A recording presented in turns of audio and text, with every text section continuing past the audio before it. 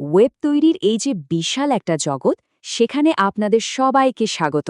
আমরা আজকে আলোচনা করব একেবারে মূল ভিত্তি নিয়ে, মানে HTML নিয়ে। বলা যায় এটাই কিন্তু পুরো ডিজিটাল দুনিয়ার ভেদ করে দেয়। আচ্ছা, আমরা তো রোজ কত ওয়েবসাইট দেখি, তাই না? কখনো কি মনে হয়েছে এই যে এত সুন্দর সুন্দর পেজ, এগুলো আসলে কিভাবে তৈরি হয়? এর পেছনের রহস্যটা কি? এর উত্তরটা কিন্তু খুব সহজ। লুকিয়ে আছে মাত্র 4টে অক্ষরে, HTML। বিশ্বাস করুন, ইন্টারনেটে যা কিছুই দেখছেন তার একদম গোড়ায় কিন্তু এই জিনিসটাই আছে। তো চলুন তাহলে গভীরে যাওয়া যাক। HTML জিনিসটা আসলে কি? এর নামটাকে যদি আমরা একটু ভেঙে দেখি, তাহলেই কিন্তু অনেক কিছু পরিষ্কার হয়ে যাবে। HTML এর পুরো নামটা হলো হাইপারটেক্সট মার্কআপ ল্যাঙ্গুয়েজ। নামটা শুনে কঠিন মনে হতে পারে, কিন্তু কাজটা খুব সহজ। এটা আসলে ব্রাউজারকে বলে দেয় যে একটা ওয়েব পেজকে কিভাবে সাজাতে হবে, তার গঠনটা কেমন হবে, অনেকটা একটা বিল্ডিংয়ের ব্লুপ্রিন্টের মতো। তো নামের প্রথম অক্ষর H দিয়ে শুরু করি, মানে হাইপারটেক্সট। ব্যাপারটা কি? আরে, ওই যে আমরা কোনো লেখায় ক্লিক করলে আরেকটা নতুন পেজে চলে যাই, ওটাই তো হাইপারটেক্সট। এই লিঙ্কগুলোই কিন্তু পুরো ইন্টারনেটকে একটা জালের মতো এক করে রেখেছে। এরপর আসে এম, মানে মার্কআপ। এটা আরও মজার। মার্কআপ হলো কিছু বিশেষ চিহ্ন বা কোড, যেগুলোকে আমরা বলি ট্যাগ। এই ট্যাগগুলোই ব্রাউজারকে নির্দেশ দেয় যে এই লেখাটা হেডিং হবে, তাই এটাকে বড় করে দেখাও, বা এখানে একটা ছবি বসাও। সব নির্দেশ দেয় এই ট্যাগগুলোই। আর সব শেষে এল, অর্থাৎ ল্যাঙ্গুয়েজ বা ভাষা। ঠিক যেমন আমাদের বাংলা ভাষায় ব্যাকরণের নিয়মকানুন আছে, HTML-এরও কিন্তু নিজস্ব কিছু নিয়ম আছে। কোড লেখার সময় সেই নিয়মগুলো মেনেই চলতে হয়, না হলে ব্রাউজার কিছুই বুঝবে না। আচ্ছা, তাহলে তো আমরা নামটা বুঝলাম। এবার চলুন HTML-এর একদম ভেতরে ঢুকে যাই। কথা বলবো এর মূল ভিত্তি, মানে ট্যাগ আর এলিমেন্ট নিয়ে। সত্যি বলতে এগুলোই একটা ওয়েব পেজের আসল ইট পাথর। এই যে ট্যাগগুলোর কথা বললাম, এগুলো অনেকটা পর্দার পেছনের পরিচালকের মতো।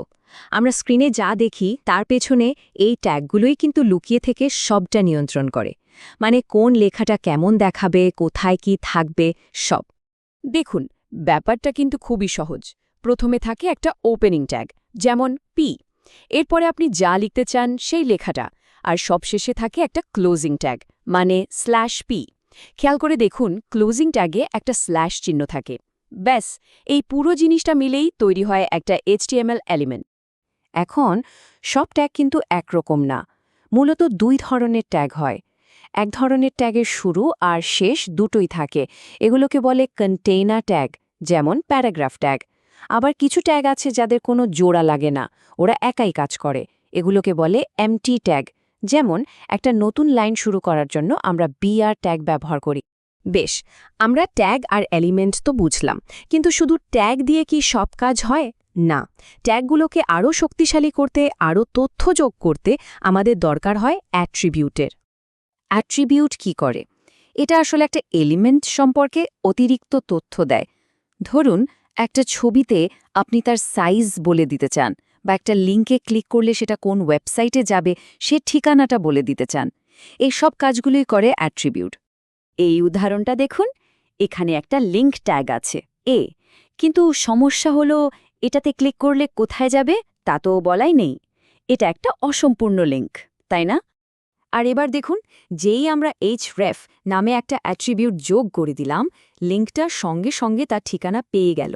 এই href অ্যাট্রিবিউটটাই বলে দিচ্ছে লিঙ্কটার গন্তব্য কোথায়। এটাই হলো অ্যাট্রিবিউটের আসল ক্ষমতা। অ্যাট্রিবিউট লেখার কয়েকটা সহজ নিয়ম আছে, মনে রাখলে খুব সুবিধা। প্রথমত, এটা সব সময় ওপেনিং ট্যাগের ভেতরেই লিখতে হয়। দ্বিতীয়ত, এর দুটো অংশ থাকে, একটা নাম আর একটা ভ্যালু। আর তৃতীয়ত, ভ্যালুটা সবসময় ডবল কোটেশনের মধ্যে রাখতে হয়, যেমন নেম ইকুয়ালস টু ভ্যালু। খুবই সহজ। তো আমরা টুকরো টুকরো অংশগুলো, মানে ট্যাগ, এলিমেন্ট, অ্যাট্রিবিউট, এসব তো জানলাম। এবার চলুন দেখি এই সব কিছু মিলেমিশে কিভাবে একটা পুরো ওয়েব পেজের কাঠামো বা স্ট্রাকচার তৈরি করে। একটা HTML পেজকে, জানেন তো, খুব সহজে একটা চিঠির সঙ্গে তুলনা করা যায়। ভাবুন, HTML ট্যাগটা হলো পুরো খামটা। এই খামের ভেতরে মূলত দুটো অংশ। একটা হলো হেড, এটা অনেকটা খামের ওপর লেখা ঠিকানার মতো, যেখানে ওয়েব পেজের টাইটেলের মতো জরুরি তথ্যগুলো থাকে। আর আসল জিনিসটা থাকে বডি ট্যাগের ভেতরে। এটাই হলো সেই চিঠিটা, মানে ওয়েব পেজের যা কিছু কন্টেন্ট আমরা স্ক্রিনে দেখি সব। যে কোনো প্রযুক্তিরই তো কিছু সুবিধা আর কিছু অসুবিধা থাকে, তাই না? HTMLও তার ব্যতিক্রম নয়।